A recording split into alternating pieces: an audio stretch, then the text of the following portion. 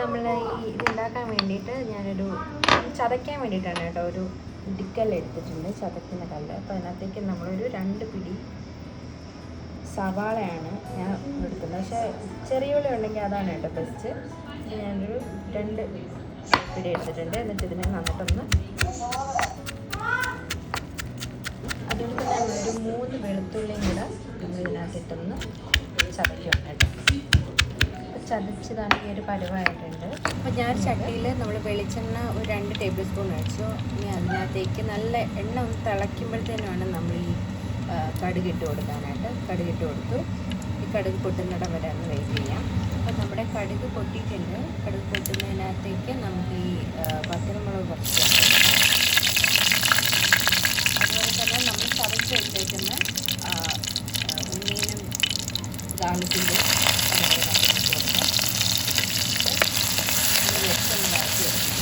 എരിവിന് വേണ്ടിയിട്ട് 2 പച്ചമുളക് കൂടെ ഇട്ടതിന് ശേഷം ഇത് ജസ്റ്റ് ഒന്ന് വറലാൻ വേണ്ടി ലോ ഫ്ലെയിമിൽ വെച്ചൊന്ന് ജസ്റ്റ് ഒന്ന് വെച്ചെടുക്കുക.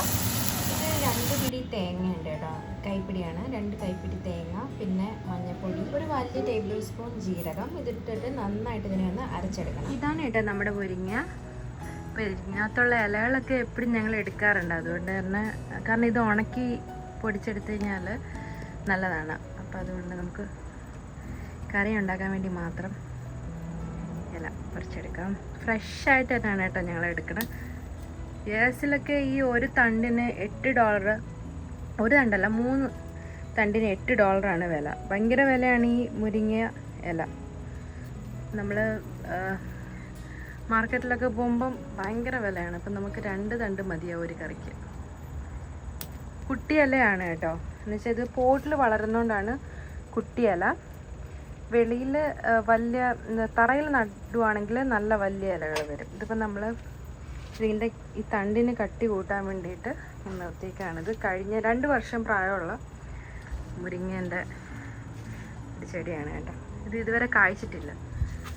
പിന്നെ ഞാൻ വിൻ്റർ ഫ്രീസ് ചെയ്യാൻ വേണ്ടിയിട്ട് വിൻ്ററിൽ നമ്മളിത് തറയിൽ ഒരെണ്ണം നട്ടിട്ടുണ്ട്. എന്ന് വെച്ചാൽ തറയിൽ വളർത്തിയാൽ കായ ഉണ്ടാവുമെന്ന് കേട്ടിട്ടുണ്ട്. അപ്പോൾ അതുകൊണ്ട് തറയിൽ വളർത്താൻ വേണ്ടിയിട്ട് ഒരെണ്ണം അവിടെ നിർത്തിക്കുന്നുണ്ട്. ചേനയെന്ന് മാറി കണ്ടോ, അതൊരു മുരിങ്ങയാണ്. നടുക്ക് തന്നെയാണ് വളർത്തിക്കുന്നത്. അതിനകത്ത് ഉണ്ടാവുമെന്ന് പറഞ്ഞു. പക്ഷേ ഞാനത് ഇടയ്ക്കിടയ്ക്ക് എൻ്റെ ഇലയും അതിൻ്റെ മൂടും കട്ട് ചെയ്തുകൊണ്ടിരിക്കും. കാരണം അതിൻ്റെ ആ തണ്ടില്ലേ, തണ്ടിന് നല്ല കട്ടി ഉണ്ടായാലേ അത് സർവൈവ് ചെയ്യത്തുള്ളൂ നെക്സ്റ്റ് ഇയറിലേക്ക്. അപ്പോൾ അത് വേറൊരു രീതിയിൽ മൂടിയൊക്കെ വെച്ചിട്ടാണ് ചെയ്യുന്നത്. അത് ഞാൻ വേറൊരു ദിവസം അതിൻ്റെ വീഡിയോ കാണിക്കാം. അപ്പം നമുക്ക് ഇതുണ്ടാക്കാം, മുരിങ്ങയില കറി.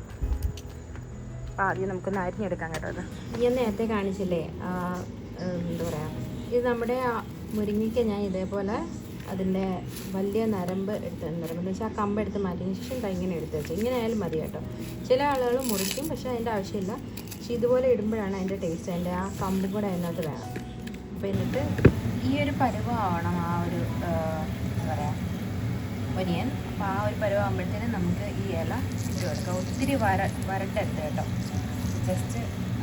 ജസ്റ്റ് കുറച്ച് ഇട്ടതിന് ശേഷം ഒത്തിരി വേവിക്കാൻ പാടില്ല. ഇതിങ്ങനെ ഇടുക, ഇതിനെ ഒന്ന് വാടിയെടുക്കുക, അല്ലെങ്കിൽ അതിൻ്റെ കളറ് വ്യത്യാസം ഉണ്ടാവും. അപ്പോൾ ഇതിനെ ഇങ്ങനെ ഒന്ന് വാട്ടിയെടുക്കുക, ജസ്റ്റ് കുറച്ച് നേരം മാത്രം. അപ്പം ഒന്ന് വാടിയിട്ടുണ്ട്, ഒരുപാട് ആവില്ല, ഒരു ബ്രൗൺ കളർ ആകരുത് കേട്ടോ. അപ്പം ജസ്റ്റ് ഒന്ന് വാടിയതിന് ശേഷം ഞാൻ ഇപ്പം അരച്ച് വെച്ച ആ തേങ്ങേൻ്റെ ആ മിശ്രിതം ഇതിനകത്തേക്ക് ഒഴിച്ച് കൊടുക്കും. എന്നിട്ട് ഇതിനെ മിക്സ് ചെയ്യുക.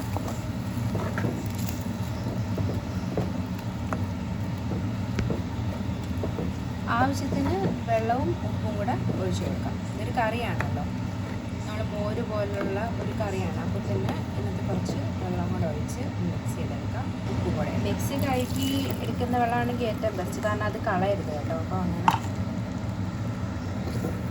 ആ വെള്ളം തന്നെ എടുക്കുക.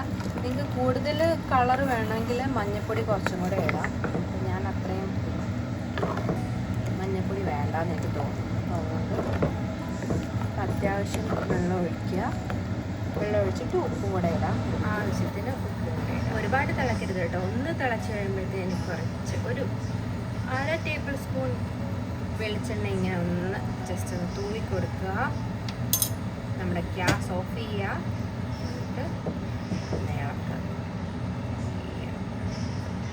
കറിയാണ്. അപ്പോൾ ചോറ്, ഈ കറി, കുറച്ച് എന്താ പറയുക മെഴുക്ക് വരട്ടി, നല്ല മീൻ വറുത്തത് കൊണ്ടുണ്ടെങ്കിൽ അടിപൊളി. ഞാൻ കാണിക്കും കേട്ടോ എങ്ങനെയാണത് കഴിക്കണത്.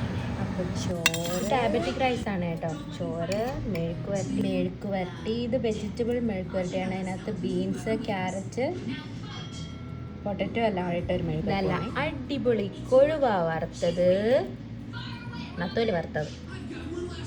പിന്നെ നമ്മളുടെ സൂപ്പർ സ്റ്റാർ മുരിങ്ങയിലക്കറി. ഇതിങ്ങനെ എടുത്തിട്ട് മുരിങ്ങയില കറിയും കുറച്ച് മെഴുക്ക് വരട്ടിയും പിന്നെ ഒരു കൊഴുവൻ്റെ മീനും കൂടെ എടുത്തിട്ട് ഇങ്ങനെ എടുക്കുക.